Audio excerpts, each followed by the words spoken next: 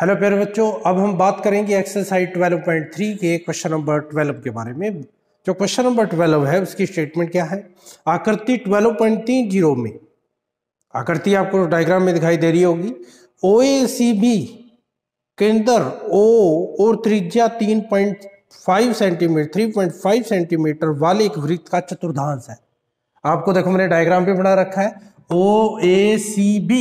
ये क्या कह रहा है, त्रिज्या कितनी, त्रिज्या ये OB त्रिज्या कितनी दे रखी है 3.5 सेंटीमीटर, यानी कि OA भी 3.5 है, ये भी 3.5 सेंटीमीटर का। ये आपको क्या दे रखा है, चतुर्थांश दे रखा है, यानी वृत्त का चौथा भाग।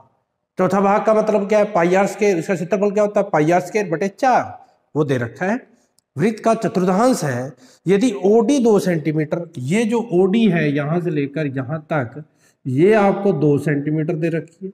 OD 2 सेंटीमीटर है तो निम्नलिखित के क्षेत्रफल ज्ञात कीजिए। 2 दे रखा है। पहला क्या पूछा हुआ है, चतुर्थांश OACB का क्षेत्रफल। दूसरा क्या दे रखा है, छायांकित भाग। छायांकित का मतलब ये हिस्सा आपने निकालना है।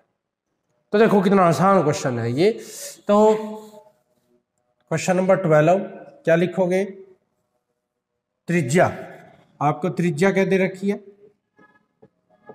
त्रिज्या यानी कि R कितनी दे रखी है 1.5 सेंटीमीटर, सॉरी 3.5 सेंटीमीटर, 3.5 सेंटीमीटर।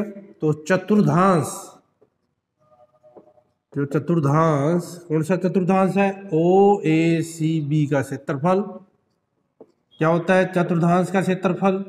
चतुर्थांश का क्षेत्रफल होता है पाई आर स्क्वायर डिवाइड बाई 4, ये होता है। पाई का मान देने रखा, वैल्यू पुट कर दो।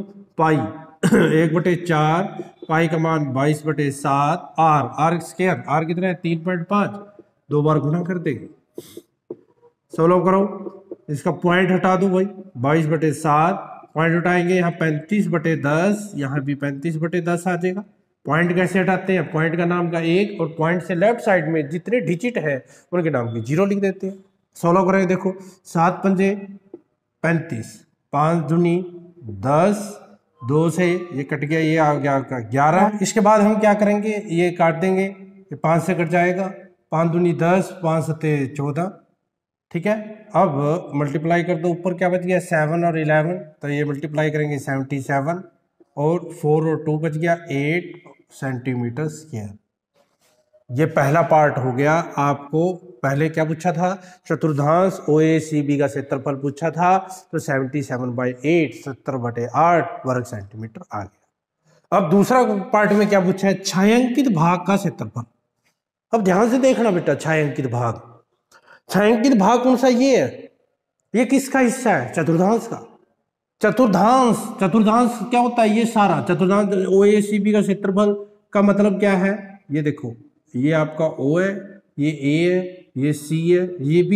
इसका क्षेत्रफल निकालने का मतलब क्या है, आपने सारा हिस्सा निकाल लिया ये क्षेत्रफल,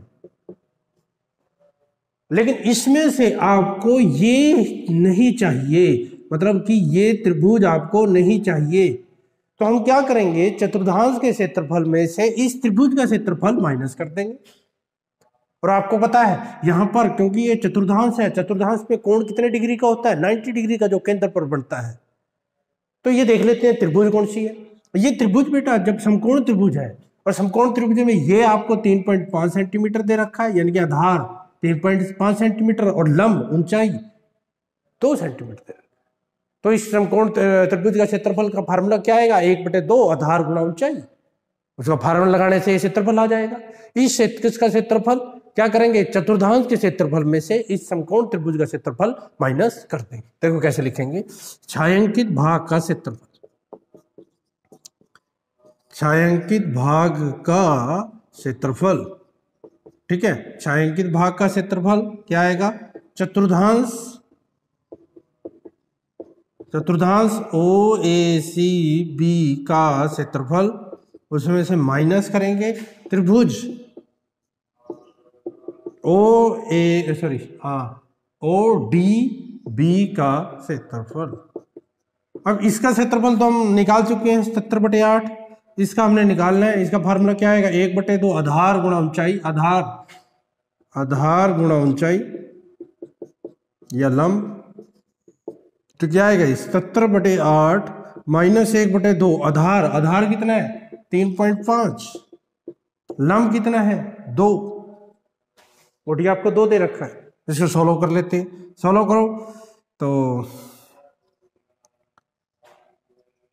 ओडी आपको क्या दे रखा है 2 सेंटीमीटर, 3.5 सेंटीमीटर, ठीक है। अब 2 से 2 क्या हो जाएगा, कट जाएगा, ये आ गया 3.5। 3.5 को क्या लिखेंगे, पॉइंट हटा दो, 35/10, 7 से कट गया, सॉरी 5 से, 5 7 35, 5 दूनी 10, ये क्या आ गया आपका 77/8 माइनस 7/2।